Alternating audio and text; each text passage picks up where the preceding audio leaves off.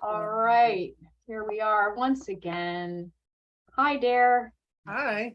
Hi. So I'm with Dare Sohei, and one of my favorite humans on this planet, to talk a little bit today about something I've been doing some writing and some study around for a few years, and I'm circling back to it because when I look, I was just saying to them, when I look back on what I wrote and what I've thought about some of these gates of grief, which is based on the good deep work of Francis Weller, The Wild Edge of Sorrow. It's a really great, sweet book. It's a book I've recommended to people who are in my hospice world for bereavement and coping around dying and death.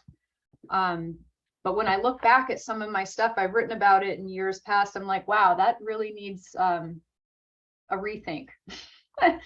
And when I'm up to writing and thinking and doing kind of practices around the fourth gate, which is what we expected and did not receive. Mm-hmm. And one of the things he writes about in this part of the book, he says, our profound feelings of lacking something are not a reflection of a personal failure, but a reflection of a society that has failed to offer us what we were designed to expect.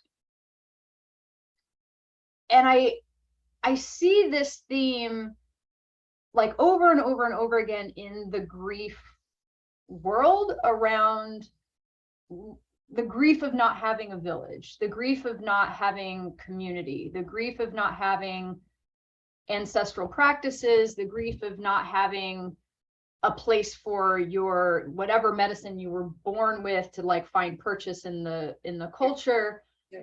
And not just like grief, but real rage about that It's too. rage. It's not grief, it's rage. Let's just be real. Thanks. Thanks. So like where the sort of tangled knot of it for me is like, how do we not die mad about it?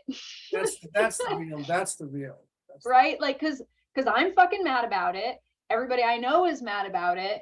And I see a lot of like ongoingness in the rage about it, and a sort of sense of like, if only we had this thing, then I could. And then I won't die mad about it. And what I've come to experience, like in my body, when I've been in actual village, I have some friends that live in West Africa, and I spent like a bunch of time there. I actually kind of couldn't handle the village. Yeah. Like it was like the level, and I know that this doesn't map onto like the whole freaking world, but like it was like the kind of thing where there's no such thing as like boundaries or personal space, or like you share your bed with who the fuck ever is showing up that day. You sleep in shifts, you don't know whose kid is whose, you get handed a baby as soon as you walk in the door. It's loud. There's there's extreme like toxic behavior and violence and nonsense and bullshit and shenanigans that people pull all the time, irrespective of colonization, but also because of, and like stratified bullshit and stuff like that, but also just because of humans and the extreme level of pardoning that occurs. Like you don't just cut toxic people out your life. Like that's not a thing that happens there. No one gets thrown away. No one is homeless. Like you have all kinds of crazy motherfuckers in your daily world that you have no choice around. And it's kind of hard. It's actually kind of hard. So community in some ways, it kind of sucks, like until you need it. Yeah. And so like, I know a lot of my audience is white. I'm, white. I want to just like contextualize our conversation, with that piece that I'm talking to a lot of white people here, and like the whiteness is here in the room. And at the end of the day, when I would be like out of the village and would be able to go back to where I was staying, I would like just stay in a dark room for like hours and scroll my phone. And I was like, I can't even, I can't even handle it. So it's almost like when white people talk about wanting the village, I'm like, do you?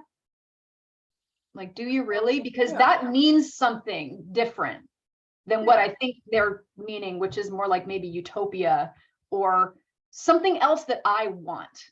Yeah. Yeah, totally. I mean, it is, you're right. You're right that all of these things and more are going on. It's like we have expectations, but those in some way are not real. Like our expectations are not real. Like if anyone who's ever made an art project understands this in a very real way. We set out to make this art project and it changes as we make it. And we have to deal with that. We have to deal with like, are the changes better than my initial expectation? Are they worse? What does that mean?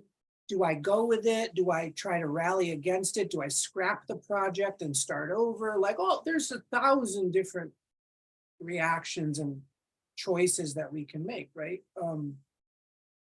None of it's good or bad. It's just I have this dream or this expectation and I walk out the door. And what's that famous quote? It's like everyone's got a plan until you get punched in the face, right? It's like, but it doesn't mean that the plan was wrong or that you shouldn't have had a plan. Like, we're not saying that like, don't have a dream or don't have a want or a need or a desire, just that there's more to reality than those things. There's more going on than just what we think we need or what we think we want. And this is, I think, the biggest hang up with so-called healing or integration work or trying to be like a whole fucking damn person, which is not merely someone who is constantly checking their wish list off. Like that's like part of life, but it's not all of life. But America kind of makes that like 90% of the game is like checking things off your wish list before you die. And like that makes a terrible world on some level, but it also makes a really kind of crazy, surprising world that's kind of like a dystopian hologram Disney world, right? It's like, I'm also not saying that it's like totally wrong to have stuff, because I have lots of stuff and I totally bought stuff because I've been poor for most of my life. And now I buy shit because I can fucking afford to buy clothes that I like, you know, like, okay, whatever. But I know that I can't take it with me. And I know that I experience this more often than not as I get something I think I want and it doesn't work out. Yes. And I have to go through a little process with myself about being mad about it. Oh, I really spent that money. I can't get that money back. I really thought this would work. You know what I mean? Yes, I do. But what I come to at the end is this kind of reality of emptiness, which is not emptiness nihilism, but emptiness potential or emptiness fullness, which is I had to learn something about my desire, which includes the possibility that the thing that I want is not correct. So I go through the motions of trying to get the thing I want. Maybe it's buying something, buying new clothes or something, and I get it. And the reality is just that it wasn't quite the right timing or the right position. Maybe I didn't have the right space for it. It's like a dream out of time, and it's like decontextualized dream, right? Yeah. It's like I'm not the person in the position to really use that tool in the most generous way I could. I'm not the right, it's not like the thing I bought and my desire was wrong. It's just, it's not in synchrony with something else. And so I learned something more about that every time I fail or every time my expectation is kind of dashed, right? Against the rocks of the world. Basically, every time my plan gets punched in the face, right? Yes. Yes. However, if your plans get punched in the face too often, you'll become so stressed out that you can't see the silver lining in having your plan get punched in the face. can you speak to that in terms of like, because that I relate to that piece, and it, for me, it shows up around issues around developmental trauma Yes. and like having lots of childhood like wellness plans punched in the face that then Totally. become this sort of maladaptive kind of dirty fuel of a grudge that like Totally. kept you safe in a certain way, and like push that, like you've talked about this, push the rusty door, Yeah. you know, but then like bringing that level of aggression and spite and like uh grudge Yeah. to every door. Yes. Becomes not really, you just become it's, and this is kind of like the twist of being human, is that like the strategies we learn to survive, whether those are conscious or unconscious, doesn't really fucking matter. It's like we learn, we adapt, we survive as best we can or not, whatever. But we go forward with certain strategies, tools, vehicles, whatever you want to call it, right? And they're all disintegrating under our feet. It's like a Mario game where the scrolling is happening and you have to jump. And then when you jump on the platform shakes and falls and you have to jump again. It's like we know the stress of that because that's kind of like how life kind of is in this society. But also just in general, like food isn't like food changes seasonally and the nomads have to like move around. They can't just be like, well, I'm so pissed that it's winter again. They have a strategy, right? They go, okay, well, it's winter again. We got to move on. Yeah. So in America, especially, or in the modern world, we have an entitlement or an entitlement narrative to what we think we should have gotten in order to be the most best version of ourselves in this incarnation / one precious life. Yeah. So it's all so think about what I just said. That's very high stakes. It's very high stakes. You have only one life. Everything is fucking like against you. Things are being done to you. So you're like just a victim of reality all the time, and you start to get into this habit of just focusing on obstacles rather than creative opportunities that you can just do anytime. So you focus on what you can't have, or you focus on how fucked up everyone is, or like the abuse that might be happening to you. And you focus on that as if focusing on that is somehow going to give you the opposite of that. Right. Or the thing that you wanted otherwise. But reality doesn't work like this binary oppositional paradigm. It's not like there's two forces in the world battling for supremacy over your life, and you're just like either a lucky bum or not, it's not so simple as you could draw. You can't like draw this as an equation. You can't do this thing that people think, which is this entitlement narrative. Well, if I own, okay, so if I just had $75,000 a year and got to hang out only with the people I liked and none of the people I didn't like, then ...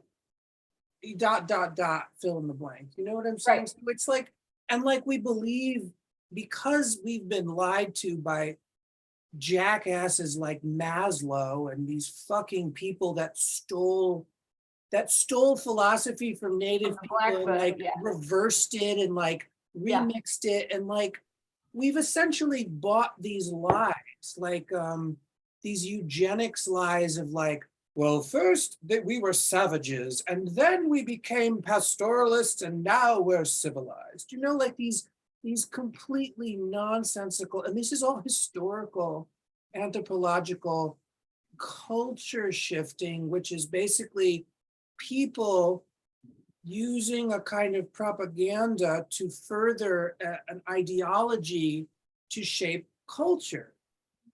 And everyone's doing that. But then we get into the perniciousness of like, we're not looking at these fundamental idea blocks that we've already ingested and just kind of, we go, okay, that's already a given. We're not looking at the things we are saying as givens. Like what? That we should get something here because we were born. That's a given that we believe in because we're like justice and equality and love for the children and all this stuff. But the given is totally nonsense because nowhere in nature are you given a fucking certificate when you're born. No creature, no fucking creature. We're just a creature. We're not special. We're not like better than the fucking bee or the ape or the, we're not special. We're not given this fucking golden ticket to the chocolate factory when we're born. So, no, but there's something about humans. There's something about humans for sure, for sure. I mean, I'm not. They're like, I mean, like that's the quote is like, there's this design piece. Well, that's a problem because that's a lie. I mean, we have to understand, like, let me just dissect Francis Weller for a second. Yes, please. So, as far as I know, Malidoma Somé, a Black African elder who was like stolen from his family because he had a magical fate when he was a child, brought teachings from Africa. So this Dagara context that we don't have, like you talked about this village in Benin or whatever, I don't know, but that just, they have a different consciousness. Their life, their material conditions are different than ours. Yep. Duh. I mean, it's not better or worse, it's just different, but it's radically different, you know, it's very different. So he remixes Dagara culture for an American audience. First of all, we don't know all of the myriad choices that Malidoma had to make in order to kind of fit this square peg into a round hole. So already we have a missing part of the story that's gigantic, which is, what are the fucking compromises that Malidoma had to make to teach a bunch of fucking idiot white people? So we don't have any of that context. So that's a given that we're just throwing out the window, which could probably be like 5 encyclopedia volumes of like little choices that actually make a big difference down the line. But we don't know that because Malidoma is dead and we can't, you know, what do we know? I'm not Dagara, I don't fucking know. But I know something about how this process works. So I can already say, well, Malidoma had to remix his teachings for us anyway, and he probably remixed them constantly until he died. So we don't even know what what was it at year 5 versus year 50? We don't fucking know. It's just changing. So that's a given. Then Francis Weller gets taught by Malidoma over a period of years. We don't know what that relationship was like. We don't know what Francis Weller was biased for or against based on what Malidoma was saying.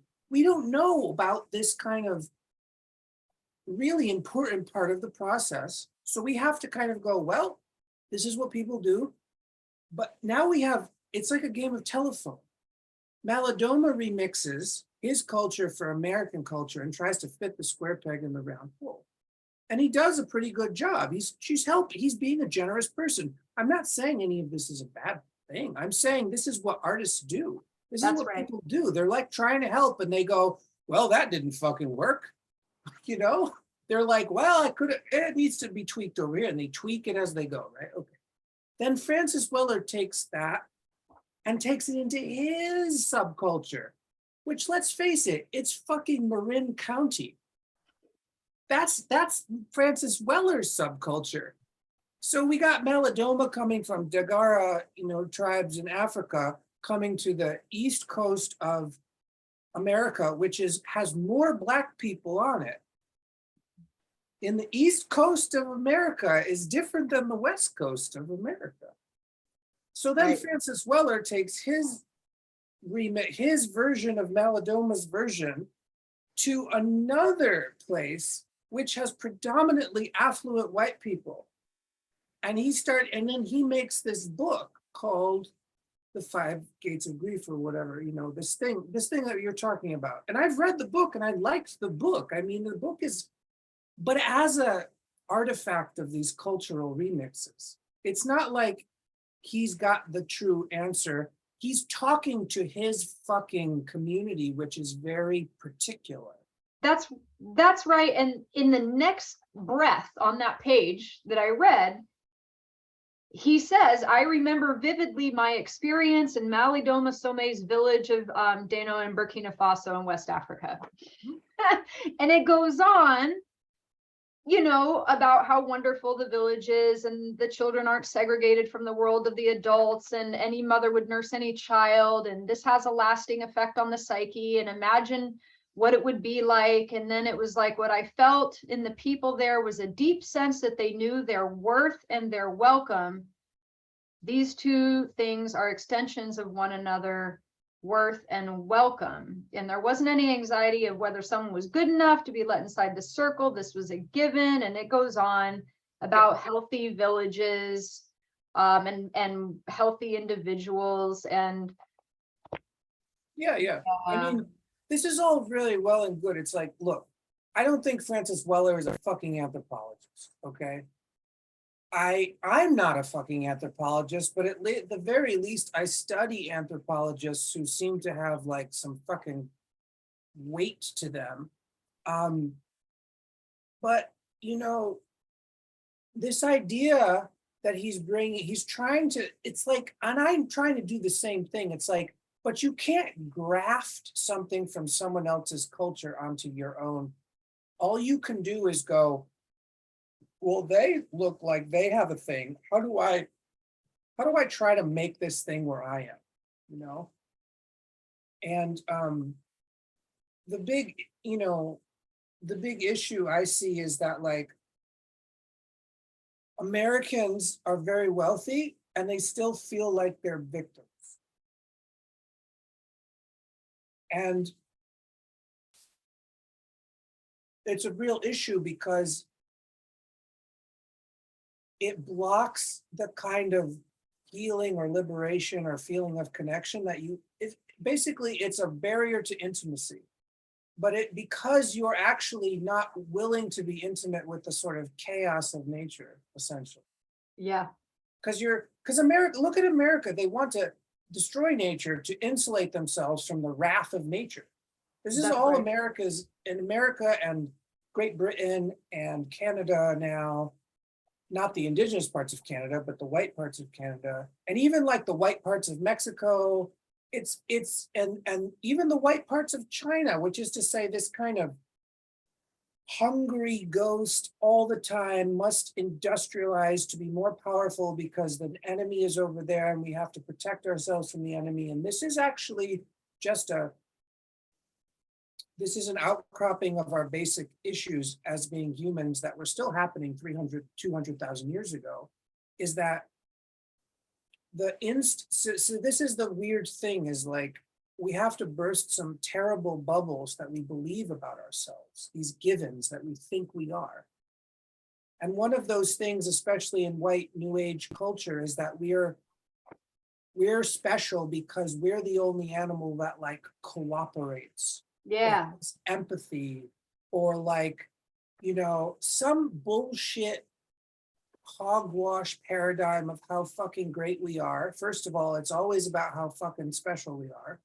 And then it's always about how like, you know, this empathy or cooperation, but like anybody who has ever been with a child long enough, whether you're teaching children or you're raising children or some combination of that, which I did and you did, we both did. You were a school teacher. I was like a kind of a movement birthday party teacher for kids or something, you know, camps and, you know, crap like that. Yep.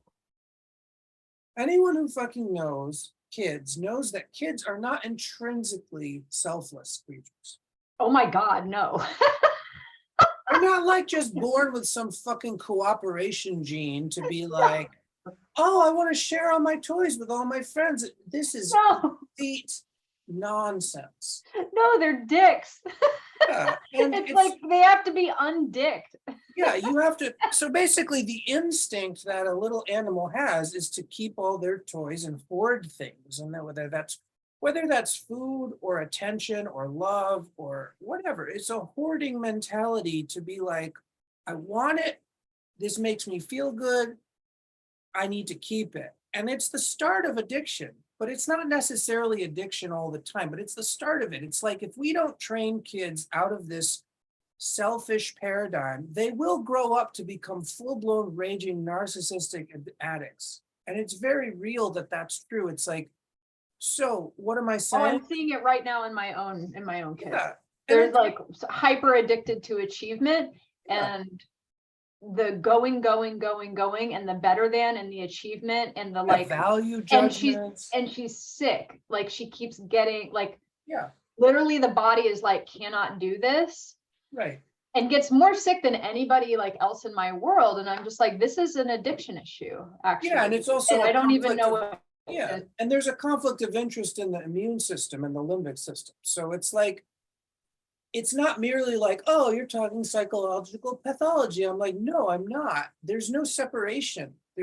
Everything is just kind of an intersubjective tangle of signals and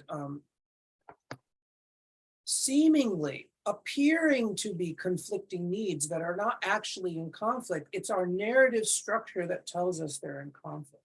That's the problem. So when we have a narrative of being compromised, we're essentially showing ourselves the unintegrated holism that we are not yet consciously training on purpose, which is to say, things that happen by accident need to turn into things that happen on purpose in order for us to actually become intimate with them. So addictions are addictions because they're unconscious. But the minute you make an addiction conscious, you start to have this psychedelic spiritual experience of becoming intimate with the thing that you don't like. And this is actually the key to both grief and rage and grudges and expectations and desire and everything the Buddhists talk about, which is like ignorance, attachment, and anyway, there's so many. But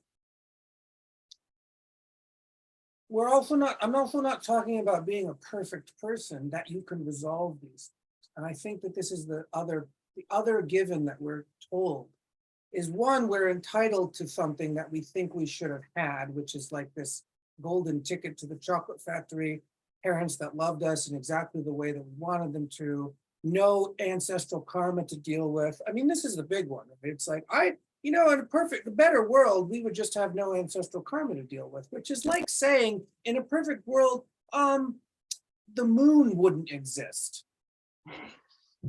Because, the moon, it really fucks with it really fucks with things. And, we'd just be better if it didn't exist and we just had the sun. And so we have to understand that these are like really absurd maladaptions that we come to, these narrative maladaptions, because we truly believe we'd be better off if something was completely annihilated or if something was completely existing, or like we could resolve something, but resolving it is like a bomb. It's like resolving is killing the thing we don't like. Yeah. And it's like, no, this is complete nonsense. This is not artistry. You can't make art like that. You can't make love like that. What are you going to do? Be like, well, I love you, except all the parts I hate about you. And so it starts to become extremely slippery because you start to notice how narcissistically toddler-like you already always are, which is to say you have to learn to curb those impulses in a playful way. If you don't learn to curb those impulses of hatred, feeling betrayed, grudges, being angry because you didn't get what you wanted. If you don't learn to deal with that in a way that's like integrative and artistic and playful, you essentially become an asshole. Even if no one else knows that you're an asshole, you become an asshole to yourself. And then on your deathbed, you're like a total asshole because you're so angry that things are happening the way they're happening. And you can't like go along for the ride. You can't. Why does it have to be a playful way? Yeah, okay. So this is the thing, is like, our instinct is to dominate ourselves and each other, whether that's through narcissistic neglect or abuse. What's narcissistic neglect? Just like repressing yourself forever and like not taking care of yourself and like not having, like you need to be able to both be with others and like go do what you need to do without them being in competition. Why is it called narcissistic neglect? Because it's still all about you. Like, I think I know what you mean, but I just want to like, Yeah. not So, assume. so I would say April Dawn Harder is probably the best person to talk about this stuff Yep. too, because Love them. she's really talking about narcissism as the root of all of our issues. Yep. I'm not so convinced.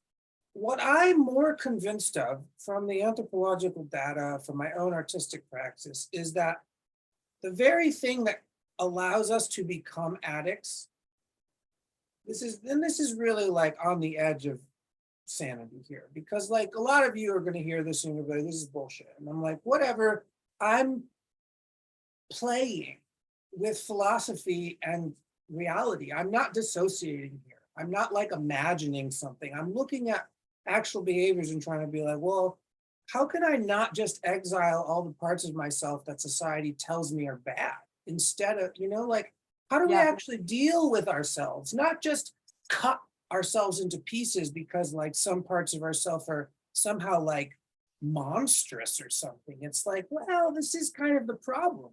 Like, this is the issue we're dealing with, is like, we don't know how to integrate things that we don't know how to integrate. That's what we're talking about here, So April Dawn Harder is talking about narcissistic abuse and neglect, which is like, you can be neglectful towards yourself or others, right? I mean, we can be neglectful to ourselves or others, or we could be abusive to ourselves and others. And they're all kind of part of the same like weird control domination paradigm, which is essentially a kind of solipsistic idea that like you're the center of reality or something. Like, and in order to maintain this kind of abiding selfhood in which your personality actually matters, which it doesn't, but I mean, it's just part of the show, you do these fucking control actions because you don't know how to deal with the intolerable feelings that you're feeling, which is getting down to like, why do addicts do the addictive thing? Because something in their system cannot tolerate something else in their system. That's right. As an addict, I super relate. Right? There's something about, something starts to burn with a heat that is just so fucking intense, and we freak out. And this happens because we're too tired, we're too stressed, we're malnourished, we are looking at screens too long, because we just don't get up and move enough. It's not really a personal issue. Like, this is not like offensive personal insult. This is more just like, as animals, we have a lot of things we have to do to keep circulation happening. Which is to say, our pulse, our heart rate variability. Okay. It's not like, well, because you're, but in order to do this, we build culture. And what is culture? It is a response to material conditions. It's a response to the environment we're in. And not just the environment we're in, but the economics of the environment. So culture is this grafting, but the funny thing about culture is that it starts to become the material condition. So it's a response to material conditions that then starts to become material, And so it's not good or bad. It just has consequences, and it starts to become normalized or default, like it starts to become unconscious, and we start to build on top of those unconscious patterns. And this is culture, this is religion, this is spirituality, this is anything that we're doing to cope with having a body.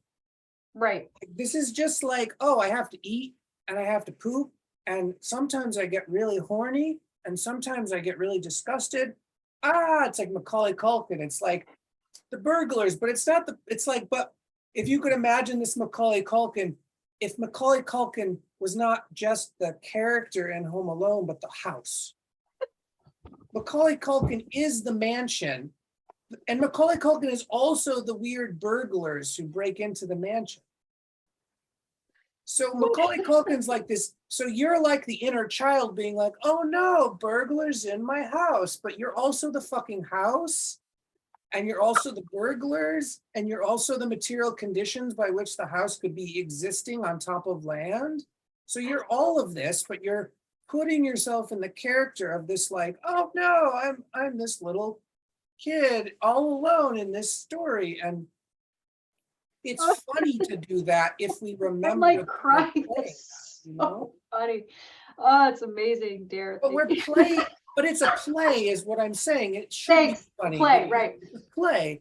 But the problem with our so-called traumas and our ghosts and our ancestors' unresolved bullshit is that if you, and you can just notice this, it's like anytime people get too serious, it starts to go downhill very quickly. Like, let's say we're going to get together and try to like do some community organizing or like do mutual aid. That sounds like a great idea, right? Everyone nods their head and goes, this sounds like a great idea. And then what starts to happen?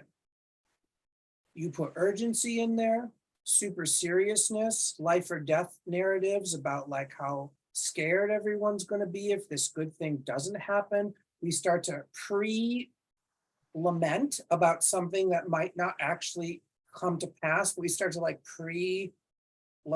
we start to hallucinate the bad thing more and more and more and more. And we start to find all the reasons by which we suffer together. Instead of all the reasons by which we could just fucking deal with things together. Right. And dealing with things doesn't mean we solve them. It just means we don't fucking get completely destroyed psychologically by all the things that are difficult in the world. Yeah. But in order to do this, we have to constantly inject humor and play into situations because life is kind of fucking hard. So what do? You sing songs, you play games, you give each other massages, you go to the spa, you do leisure activities. You basically have to like interrupt the normal pattern of living, which is kind of like, oh, I need to go hunt for food again. It's like, Jesus Christ, so boring. So what do? You make up a hunting song with your friends. Well, that makes hunting a little less fucking boring or whatever. Yeah. I'm just making up. Yeah. It's like, oh no, we got to smash the meal into corn tortillas again. Oh no. Well, if we sing while we do it, it's not so fucking bad. And then the kids would play. Okay, so this is just a learned behavior. It's part of what culture begins to become a culture when you start to realize you have some agency to not just have to blindly follow these urges of, oh, hungry again, gotta go eat. Oh, I'm horny again, gotta go have sex, and that's what most animals are doing. They're just following these primary urges. I feel pain, I run away or I fight. We are able to inject some kind of interruption in between the signal of the pain, the fear, the hunger, the desire, the lust, the wanting, the needing. We're able to, at least because we have this ability to sort of live in the moment. And when you live in the moment, you can actually see how many options you actually have. But if we're only in the pain, we jump to this idea that we have to solve the pain. That's not living in the moment. That's living in a fantasy of some other moment because we don't like the moment we're in, which is I feel pain. Yeah. But we have this capacity to both think about that, oh, I feel pain, I should move away from the thing that's causing me pain. And we start to do it unconsciously, which is very useful because if we had to think about all this stuff, we would be dead. Right. But at the same time, we have this contemplative ability to go, how do I move away from the thing that's causing? And if I can't actually move away from it forever because it's cyclical, right? It comes back around all the time. It's coming back. It's not one and done. Oh, well, I felt pain once and I solved it. Nobody's saying that. Oh, I solved it once and I solved it. No, I feel like that's what being an addict is all about, is like being mad about that. Yeah, you're being mad about that. Yeah. But the playful contemplative aspect is that you can decide all the various ways you can kind of deal with that cyclical going away, and it feels like it goes away and it feels like it comes closer.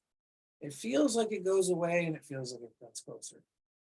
Right? Yeah. Because that's life. Life is like, I feel good right now. 30 minutes later, I don't feel so good. And what the fuck happened? Who fucking knows? I don't know. Do you need to drink some water? Maybe you take a walk around the block. The point is, we don't really fucking know, but this thing happens. It's cyclical and there's multiple cycles happening. I get out of my pain and then I have hunger again. Oh, Jesus Christ. Oh, I get out of my hunger and now I'm afraid that I won't. Oh, God, no. Okay, so it just cycles upon cycles. But instead of being like, oh no, this is so terrible, life is meaningless, this nihilistic fantasy thing that people do, instead of doing that as like the new religion, we have choices about how we deal. Oh, well, if I know pain, fear, and hunger are going to cycle back to me, I need to have some strategies. What are some strategies? Well, let's go to the spa every Friday, or let's play chess every Thursday, or let's like take a nap in the middle of the day, or let's draw pictures, because that makes life that makes life more fun. Because I can draw pictures about the things I don't like, and it sort of makes it less problematic. And then when I show pictures to other people, they go, "Thank you so much for drawing those pictures.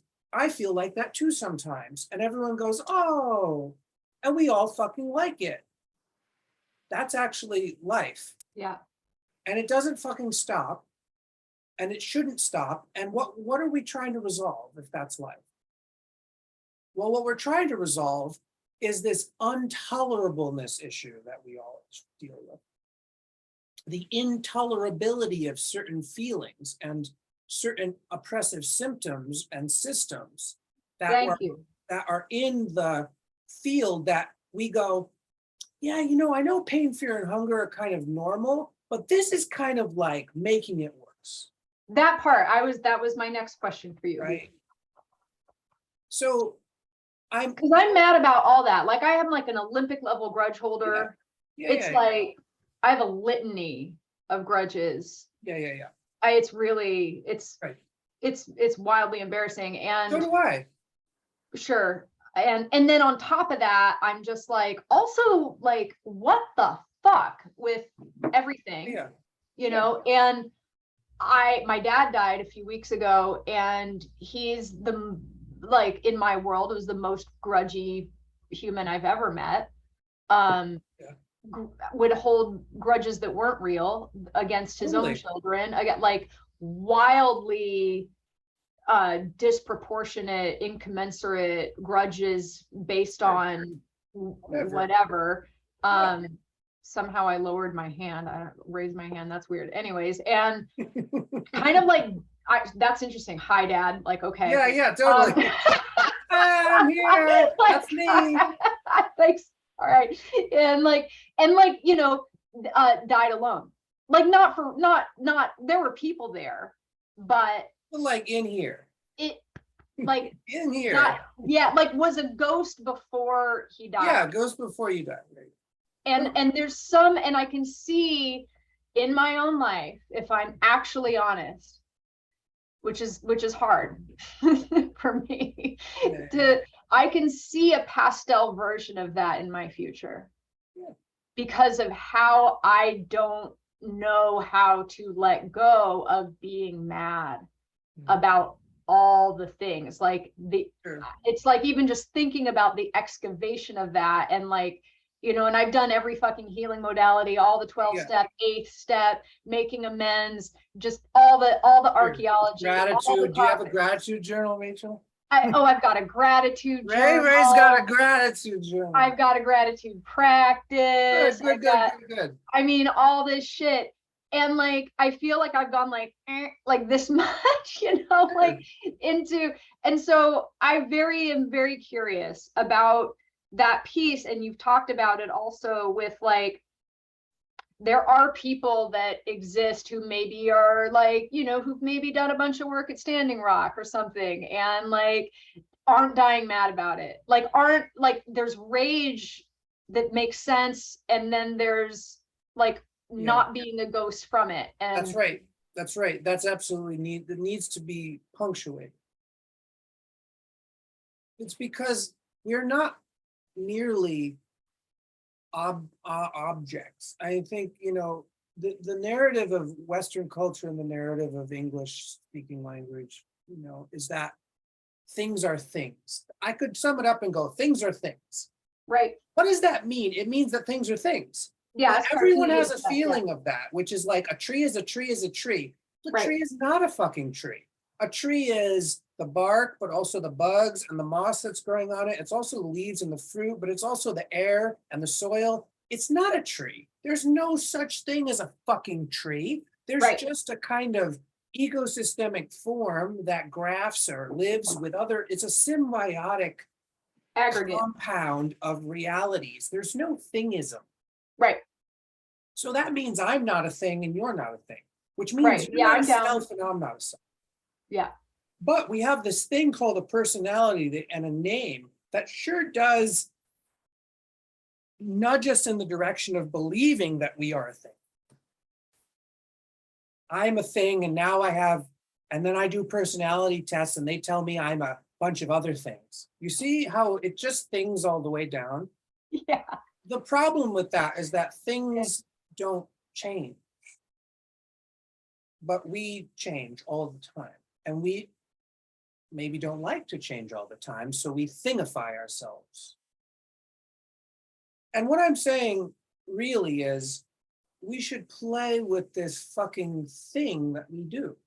We should play with the thingification of ourselves, but get so deep into the play that we can really play with the play, with the play, with the play. The way that an artist can play with the image as a form, but also the materials that make the image, but also the context by which the image could be shown or appear inside of. So like collage or juxtaposition. So you notice an image isn't an image, isn't an image. It depends on the context, it depends on materials, it depends on the viewer, the perspective by which it's shown. If I show you a painting in a room that's filled with red light and I show you a painting in a room that's filled with blue light, the image will appear differently. Yeah. Is it a fucking same image? Sure, technically, but no, it's not, because the image is a relational event that is like the time of day and the air quality and you and not you and everything happening that goes, oh, that's how the image appears to me right now.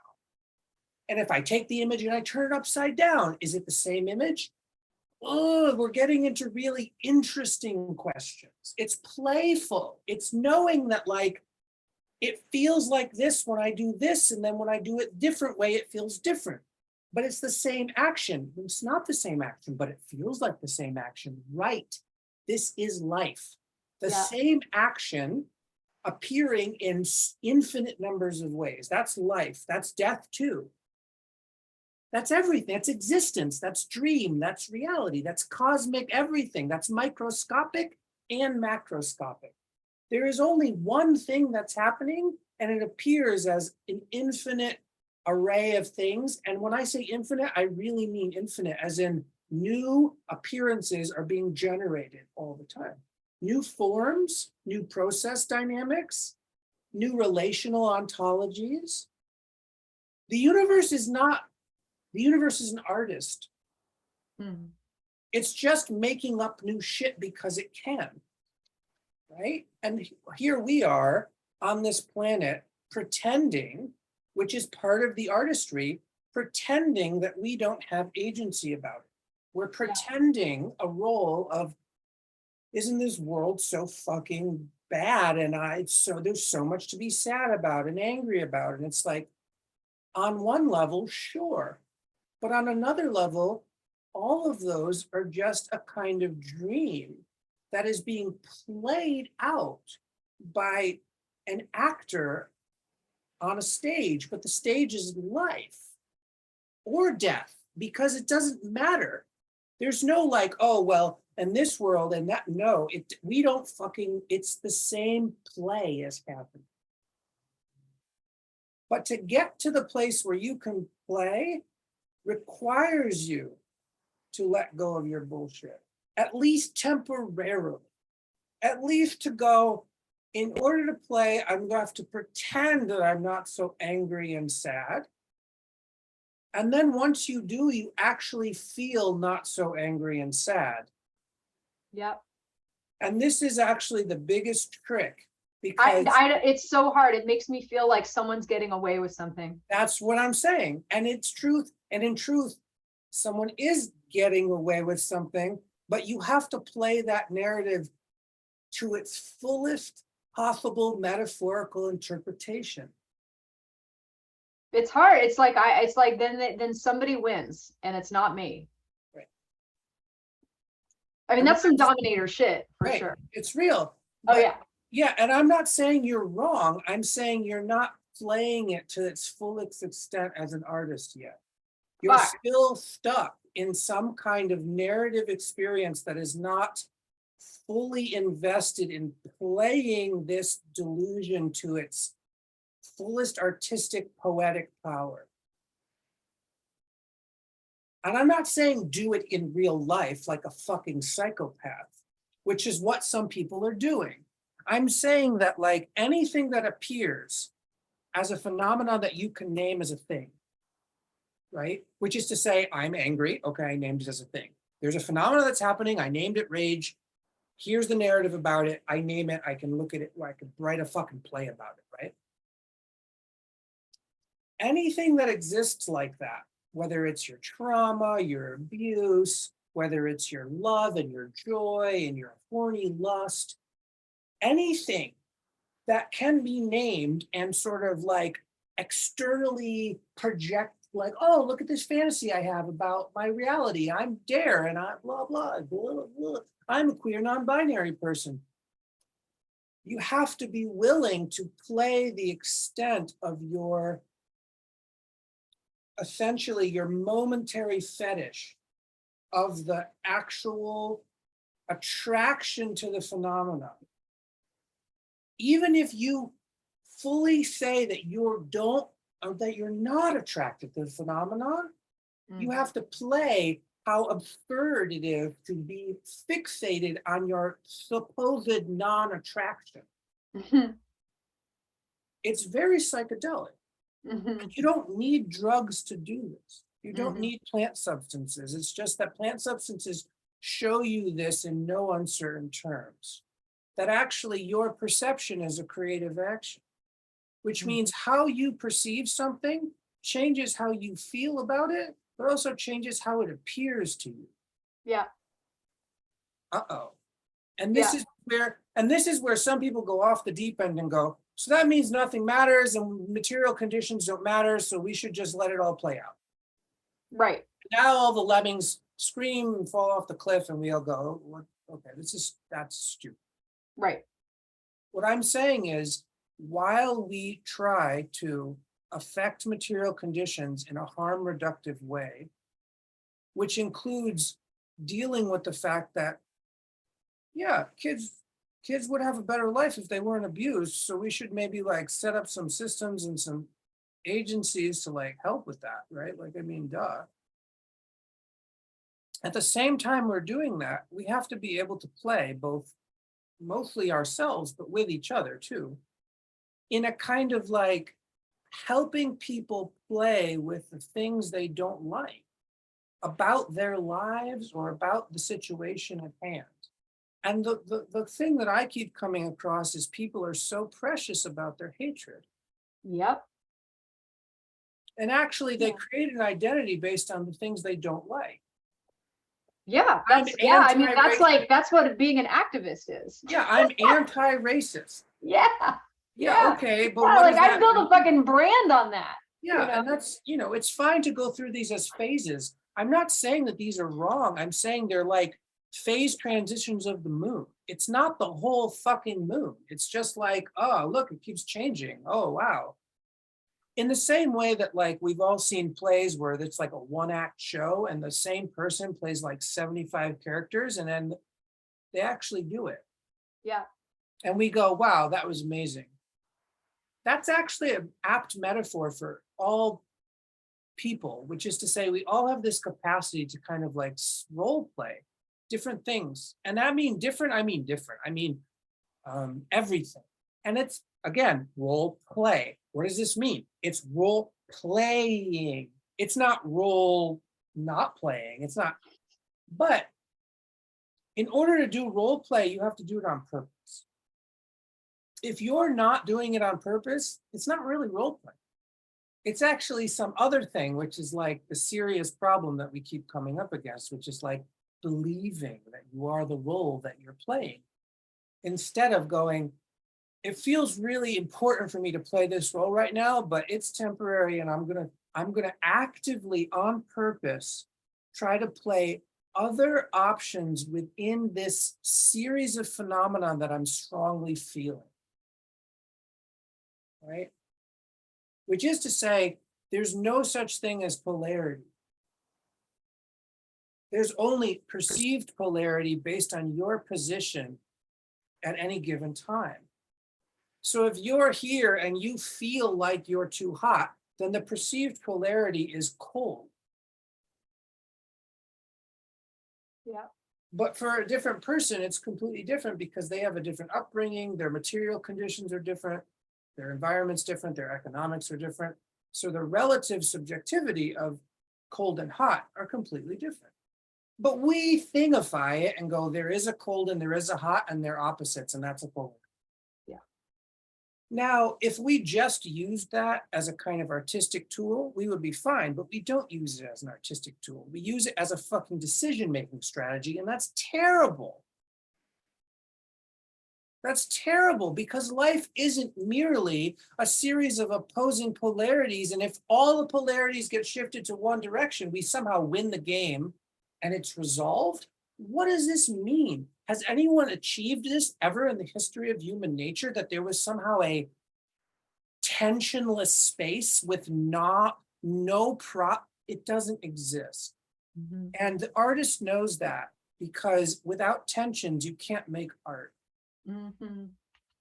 And so if we're trying to resolve tensions, in some way, we're not able to make art. Yeah.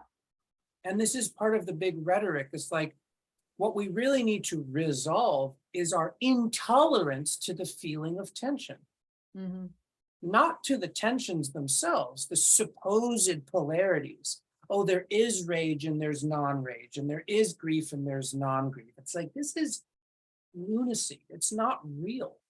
There's no such thing as a griefless, rageless, joyless existence, because you have to have a little bit of this and a little bit of that and a little bit of this, and sometimes it gets bigger and sometimes it gets smaller, but by no means does it ever completely go extinct. This is what the path dreamer knows. This is what the artist knows. This is what the actor knows, is that what we're looking for, though, is a fluency in our regular life to stabilize our perception so that we can have a kind of balanced, equanimous choice-making strategy in our daily life. And in order to do that, we need spaces, practices, activities, games in which we can play the amplification and the de-amplification and the supposed conflict between tensional forces that we know exist in the world, whether we like it or not. And what most people are afraid of is touching the hot thing that they don't like. Yes. And I'm saying that's natural, but you have to play all of the angles. It's very difficult. It's hard if you have that hot thing. Yeah. I mean, I just think there's a common thing where, like, you know, especially with femmes and women and yeah, where it's sort of like the rage gets kind of turned inward. Totally. You know, and then there's, like, you know, the rest of us or like this, this sort of smaller group where like, you bleed it out on other people. Totally. And then to go into that white hot place through that door, it's very hard to not hate yourself. Totally. So you have to do what anybody does, is you have to distribute the cost. You have to manage the risk. I mean, I'm not saying to just like, if you can't swim, jump in the middle of the ocean out of a helicopter. It's stupid. You would drown. I'm saying that like, there's an approach methodology that you have to build in your system. And I really mean that, an approach methodology. There's this white hot thing that just controls my life. I don't like it. And you start to sort of populate a kind of map around what you like and don't like about it. And you can't skip steps. If you skip steps and go, well, there's nothing I like about it, you're lying. And that's part of the problem, is that the reason why people don't get very far in these practices is because they're not being truly honest about the relationship they're having with it. Yep. Because I guarantee you, there is something that is highly beneficial about the rage. There is something beneficial about the feeling of not being able to tolerate it. There's something beneficial about the hallucination that if you go into it, you're going to die and become crazy. Yeah. There's a hidden secret wish inside of all of these supposed truths. And the player has to examine, but in a playful way. What would it be like if I did go into the white hot pain and I did go crazy? Whoosh. Well, then I would know I could just be a crazy on the street, and that would actually be liberating, because I don't actually like answering to anybody. You see what I'm saying, right? Oh yeah, yeah, for sure. Yeah. I'm saying that for every one of these so-called phenomenon, there's like a hydra, there's an octopus tentacle, there's a tentacular interest that is not socially acceptable. And the artist has to play with the fact that in order to be an artist, they have to enter into the socially unacceptable and excavate it in very particular ways to play better together. And we know that throughout history. It was so taboo in the 50s to be gay. And now you just go everywhere and there's like gay drag queens on billboards and like, oh my God. It's because the artist pushes the cultural acceptance a little bit, but in their private practice, they push it a lot. Yeah. They push it like to the edges of sanity. Yeah. But you have to be careful. You can end up like Frank Zappa.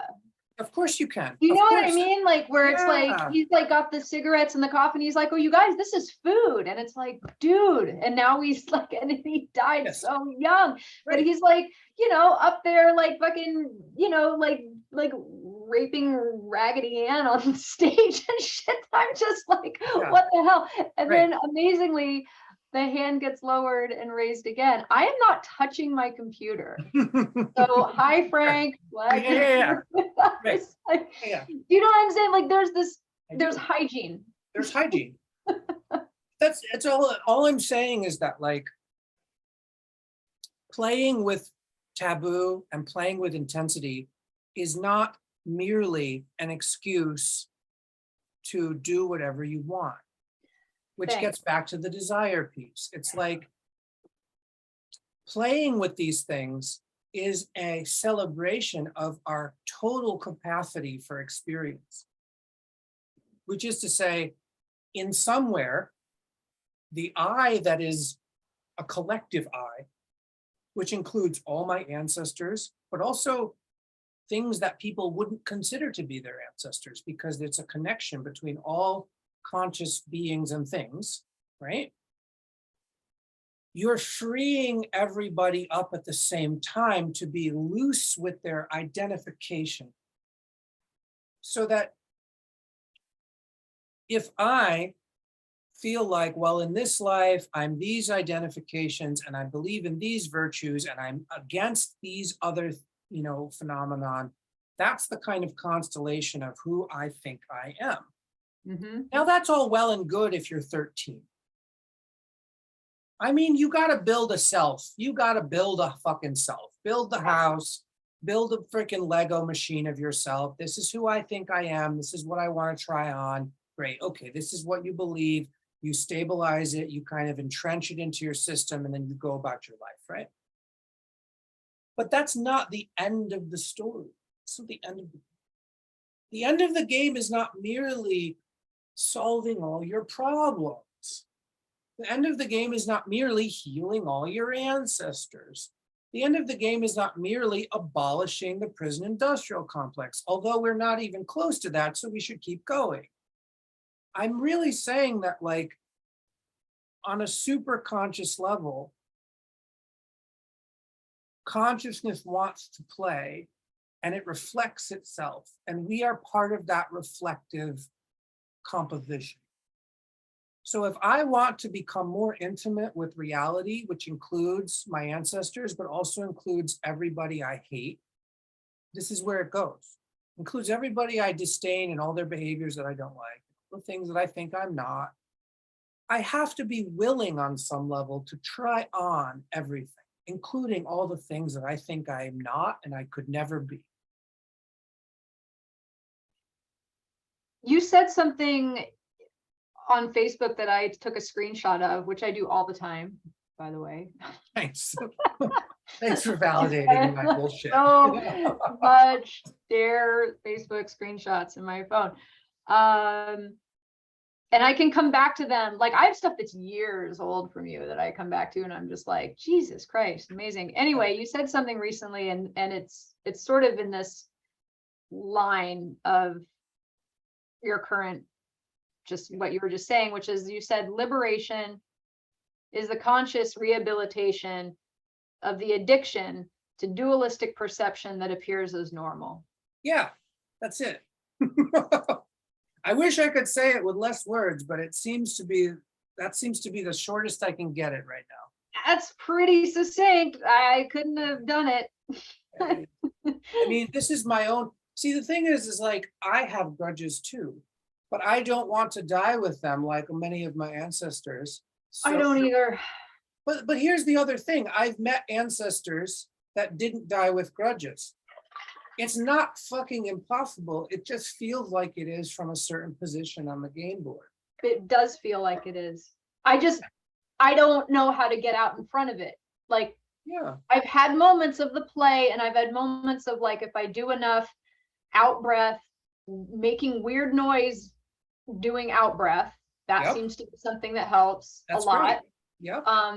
Doing that while I do some drumming. Yep. These are ancient technologies and they work for a reason. It's fucking wild. There's no, like, if you had said like, oh, this will help your grudges, I'd be like, fuck you. And now you're on my grudge list too, motherfucker. Yeah. You're on the list. Yeah.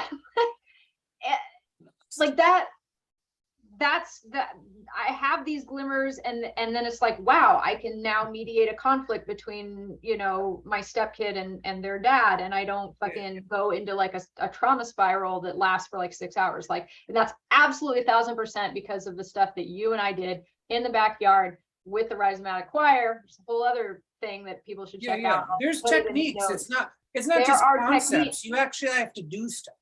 And I have this fuse that's like, and I was talking about, my sister called me up. We have an agreement right now where like when our fuse gets like, set off, that we'll call each other, because we have the same, like, it's amazing how same our problems are, and how they play out in our relationships, and we were just like at kind of our wits' end with like, okay, we can do the practices once the fuse is lit, but my God, it's a short fuse. And I'm so tired of it. Like, it's exhausting. I have like genetic high cholesterol. My dad had like 4 heart attacks, 6 angioplasties, like just, I can't actually live this way. Like, literally can't live. Will have a heart attack Yeah. You know, like Yeah, it'll yeah. like it's not Yeah. it's not a good way to it's not a good way to be. And it's helped me survive, and it's made me like able to sort of push Yeah, in there's a certain benefit to it. There's a social justice benefit to ways it. and these other there's Yeah. total benefits to it. And I don't want to die like this. Yeah. So you have to play with the fact that like, one is you are gonna die. Two is you have fear about what's going to happen to you after you die. Yep.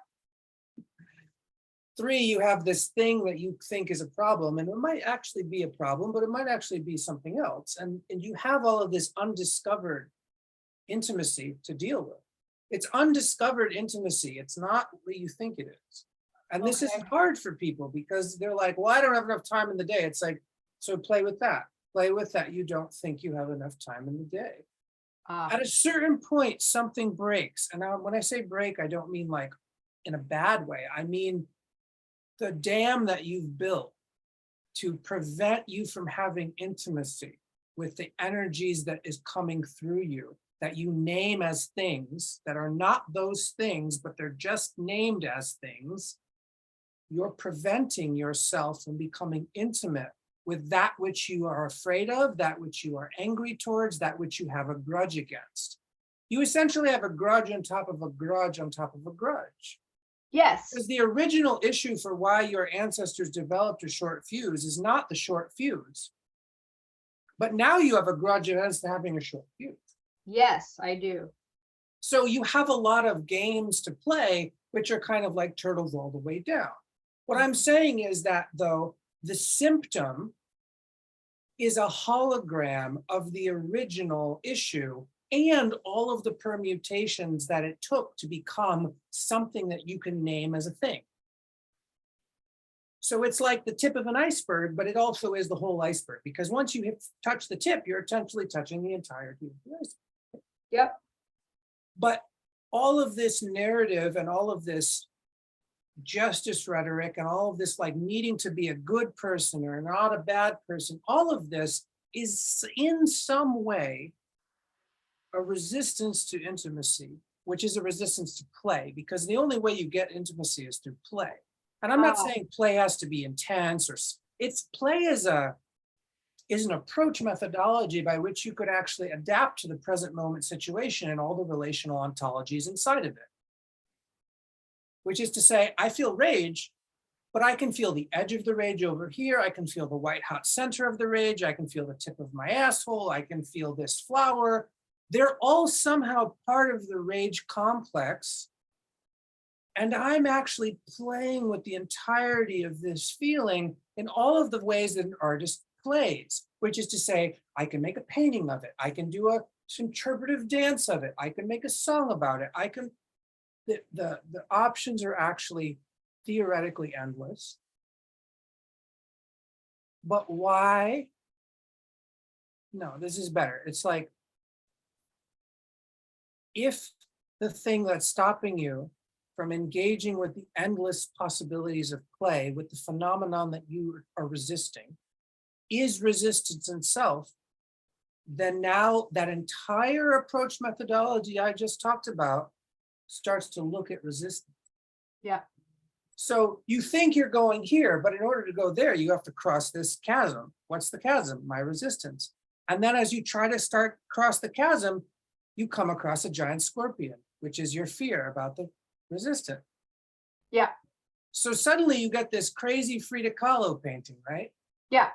Because it's not only the white hot sun, it's the fucking endless desert chasm. And not only is the endless desert chasm and the white hot sun, it's this fucking scorpion with my dad's face on it. And suddenly you have a gestalt that you can actually play with. You see what I'm saying? Yeah. And I'm just doing that because I'm with you in the play. And it's sometimes easier to have a friend who can see everything you're saying as kind of metaphorical poetry. Yeah, thank you. You're good at that. But also creative writing helps you do this too. And also visual art and collage can help you do this too, because all you're doing is saying all these phenomenon, I'm just going to temporarily see them as symbols and then I'm going to rearrange them. Suddenly, as I rearrange them, I have all these feelings. Yeah, and then you have a weird dream and there's a hole in your drum and then you Blah, make a blah, weird blah, noise, blah. and the whole fucking community stands up and you're just like, what the Yes. fuck? Yeah. So magic is merely being willing to be the fool of the tarot card.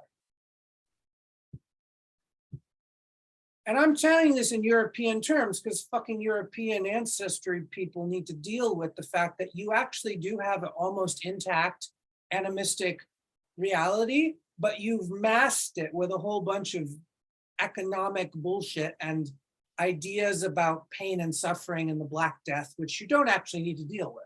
But the truth is if there's a cherry picking that you need to do with European ancestors in order to find the play, which includes the death and the play with death inside of a European cosmology. And I would say for most people, just take the major arcana, but mostly the Fool card, and then take all the images of the Black Death in which skeletons are like dancing.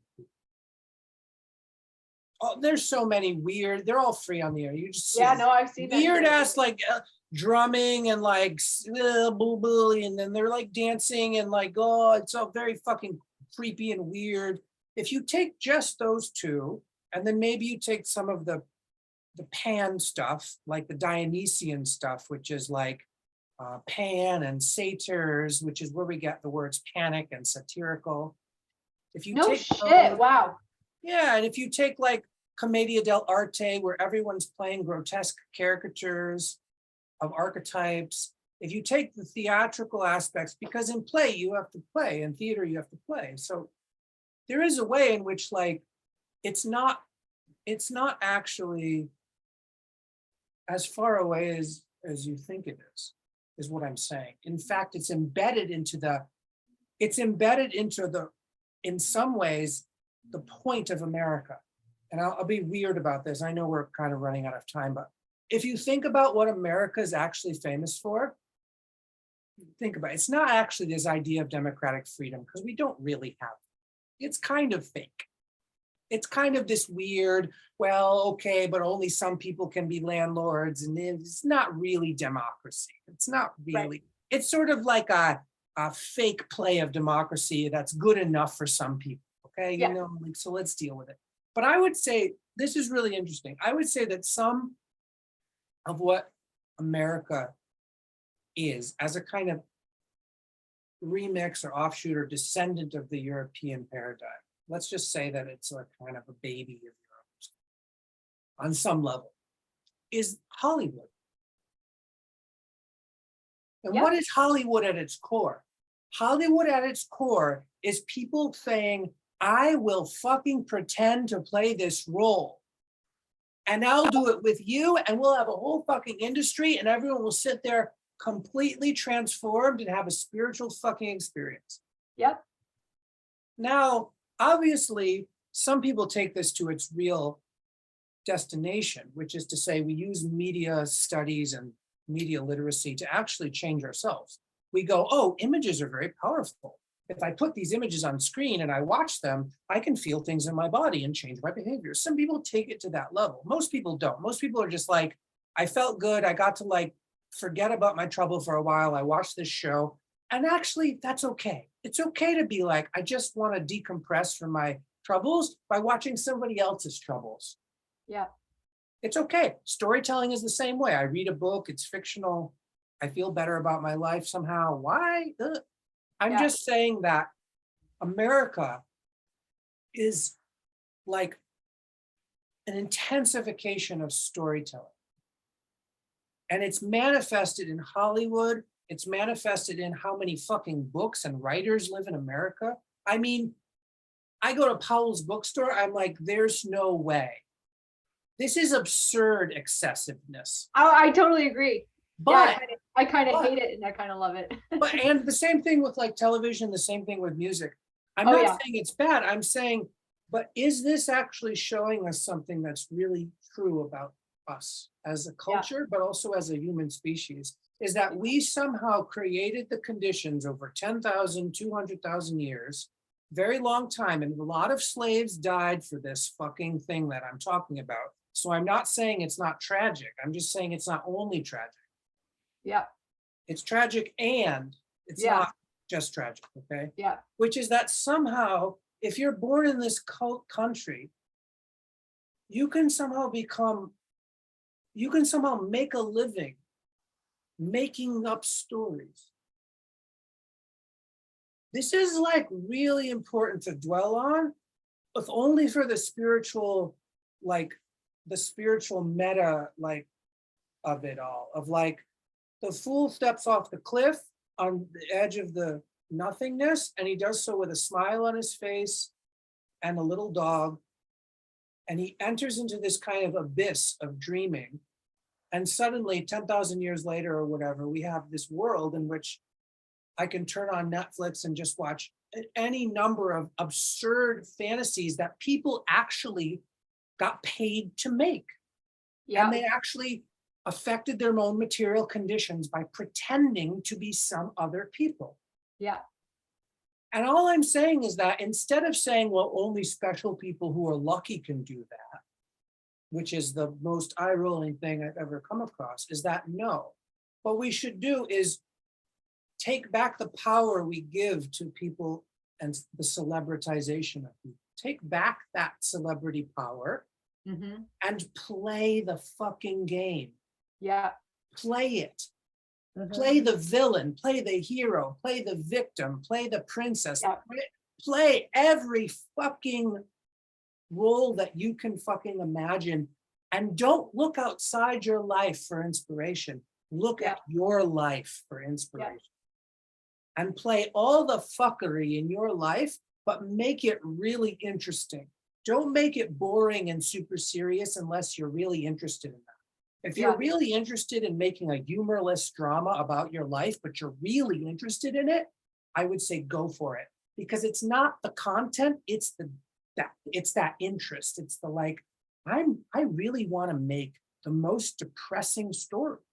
Yeah. If that's the truth of your aesthetic desire, you should fucking write or play the most depressing, symbolic, metaphorical story that's based on your life.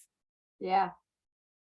But if it's not, if you need the fantastical, magical realism version of your life in which you get to write your tragedies as other than just tragedies, like a kind of surrealist thing like Jodorowsky does and many other people do, is like they write their life, but a little different from a kind of archetypal spiritual place, and they kind of rewrite their narrative. It's narrative therapy, right?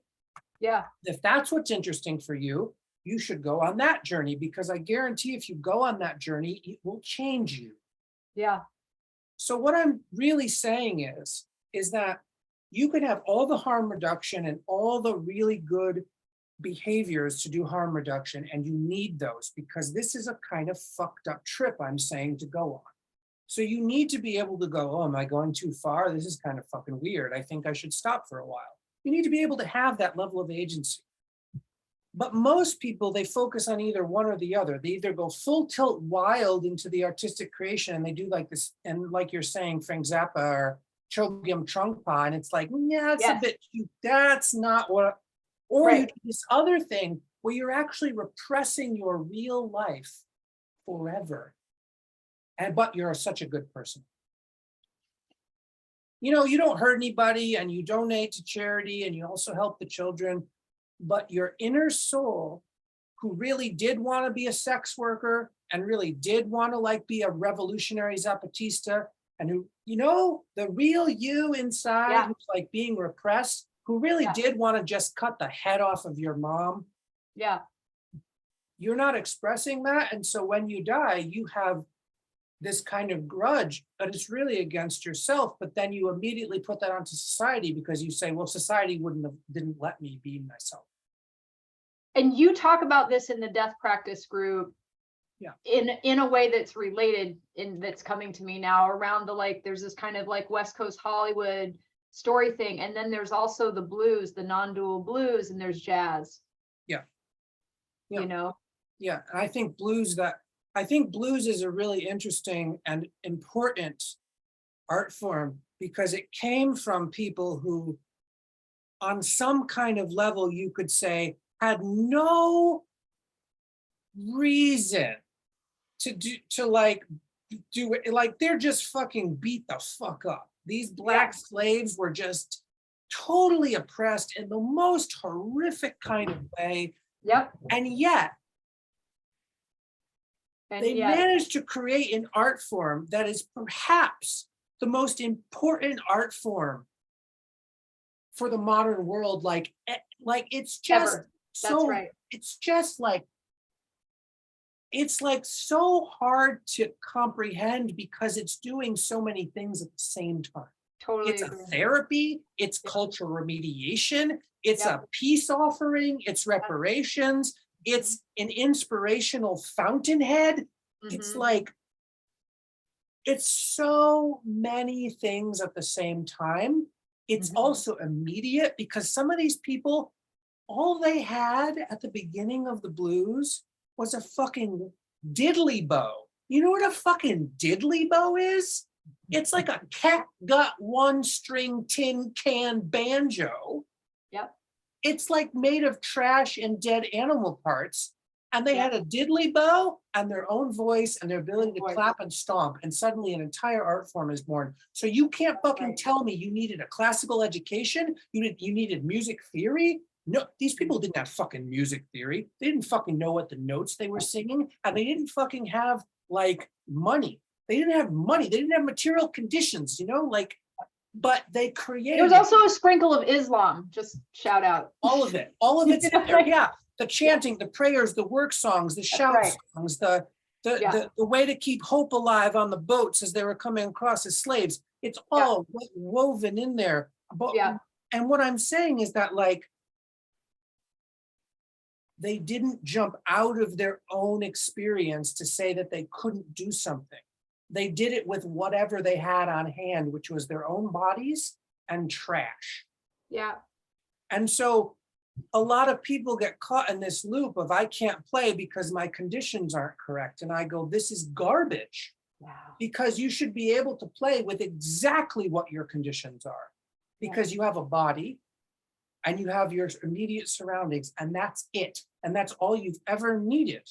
But you just are locked into this consumer mindset that you can't do the thing you think you want to do.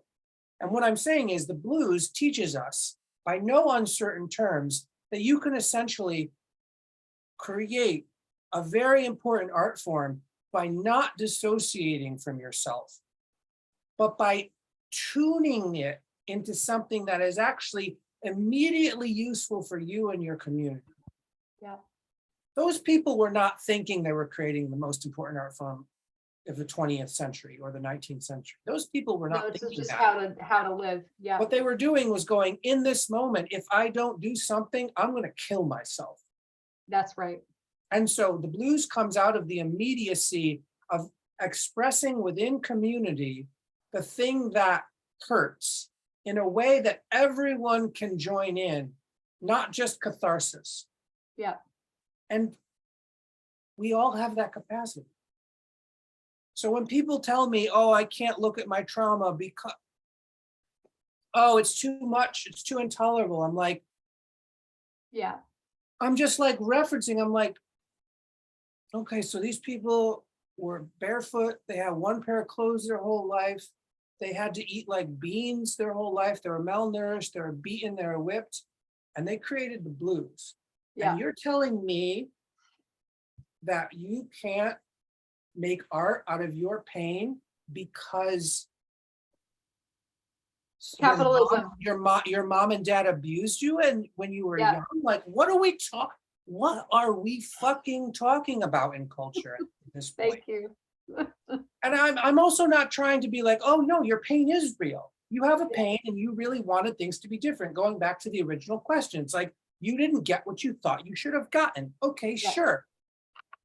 But it's, to me, it's like very boring to stay there or to just grieve about it. You gotta fucking dance about it. You gotta fucking make art about it. You gotta sing about it. Even if your art is terrible and I hate it, I would applaud that you at least tried, or you at least went through an initial process of trying to turn that pain into an aesthetic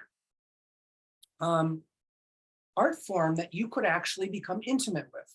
Yeah. I will never hate the intimacy that you gain from doing the process. I might not like the aesthetic or the outcome. That's not the fucking point. Right.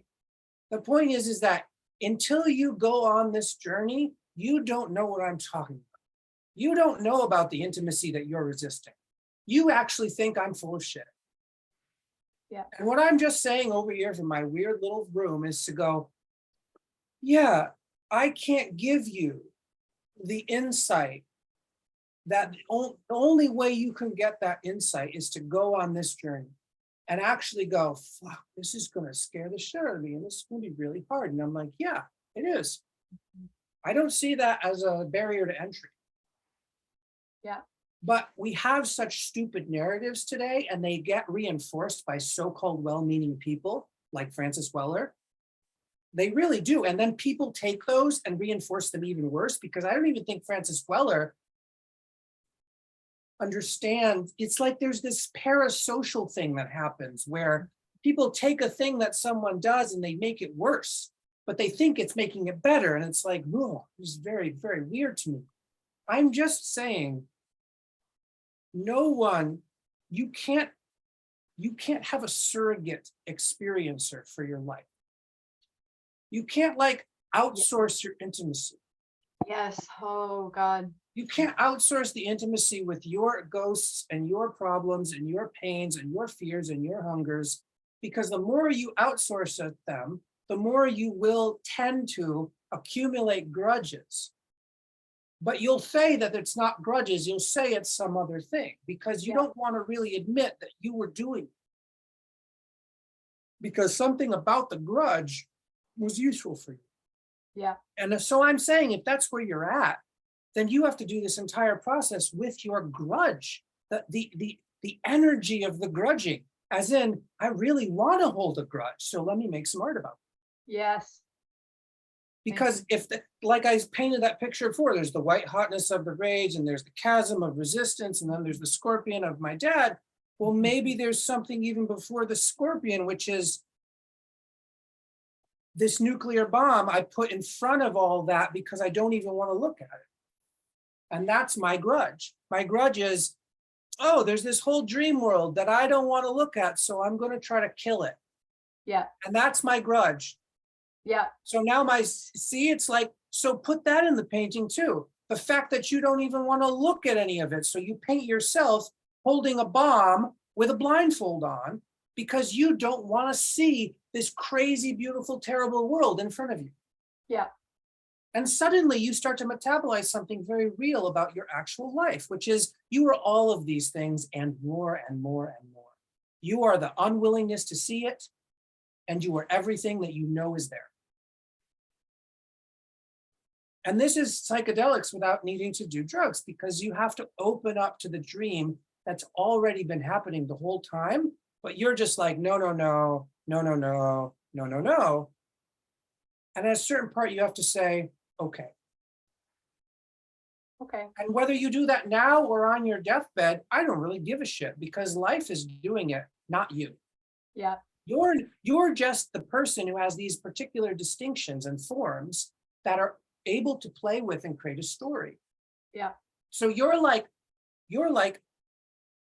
you've been given a story, whether you like it or not, by the universe, not to fix the story, not to heal it, and not to resolve it, but to play it, but also in the playing, change it. And if you think change is resolved, fine. If you think change is healing, fine. But I'm saying it's not. Mm-hmm. I'm saying it's literally just playing and changing.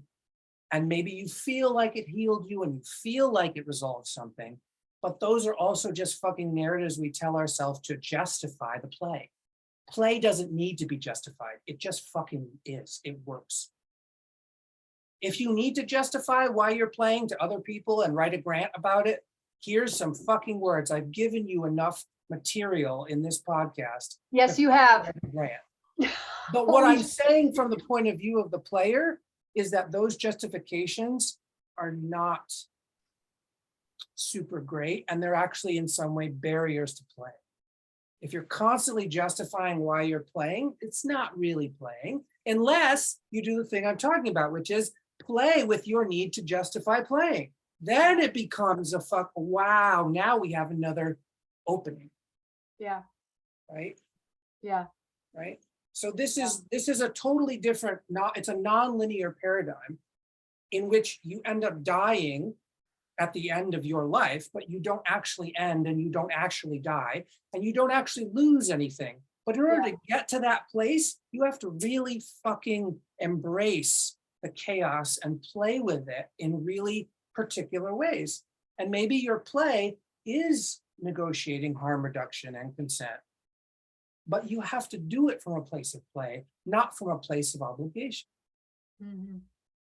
And most of us are doing things from places of obligation because we feel really bad about the way the world is going, climate change and stuff. But it's like, but that's not going to get people together. No one really joins together for these morbid fucking fantasies. Not right. That's part of why Occupy fucking Wall Street fucking failed. That's because people came together for these morbid reasons, and then they didn't actually do anything with it. They didn't make any fucking material demands of the power structures. They just masturbated theoretically in the middle of the fucking street. And it's like, that wasn't play. It started out as maybe an invitation to play, and then it just became more of this morbid, self-serious, resistant nonsense to play. Yeah. Because people are fucking selfish dominators is what we really are. Yeah. And I don't know if you can unite around an enemy, because then there's enemy, like we're all the enemy. That's what I mean. We're all the fucking enemy. We're all complicit. But I think we can all unite around a shared artistic process. Yes. You know? I think so too. I appreciate that that's what you're offering. And I think I'm going to stop us there. Yeah, because I could go on forever. Yeah, I know. I love that. That's why I love you. And I'm so grateful for your time. And I am going to make it my business to get a transcript of this. I think it was really useful and helpful. I kept scribbling things I can't write down. The important things you say fast enough. So thank you, dear. Hey, you're welcome. Yeah, I mean, it's an ongoing conversation. So I totally understand that most of us are confused, and it's not like, I mean, this is the culmination of 40 years of my life. You know, I didn't pop out like this is just like tons of research and tons of trial and error. And it's just like coming to conclusions based on what seems to be actually useful, not just what we think we need or want, which it's just kind of a weird dead ends all the time. Yeah. And I hope it furthers the culture, but I'm also not holding my breath. Yeah. It's fantastic. Thank you. Thanks, everybody. I guess we'll put in some show notes and stuff. We will. Blah, blah, blah. So I'll hit stop and then we can give ourselves a proper goodbye. Thank you. Bye. All right. And there.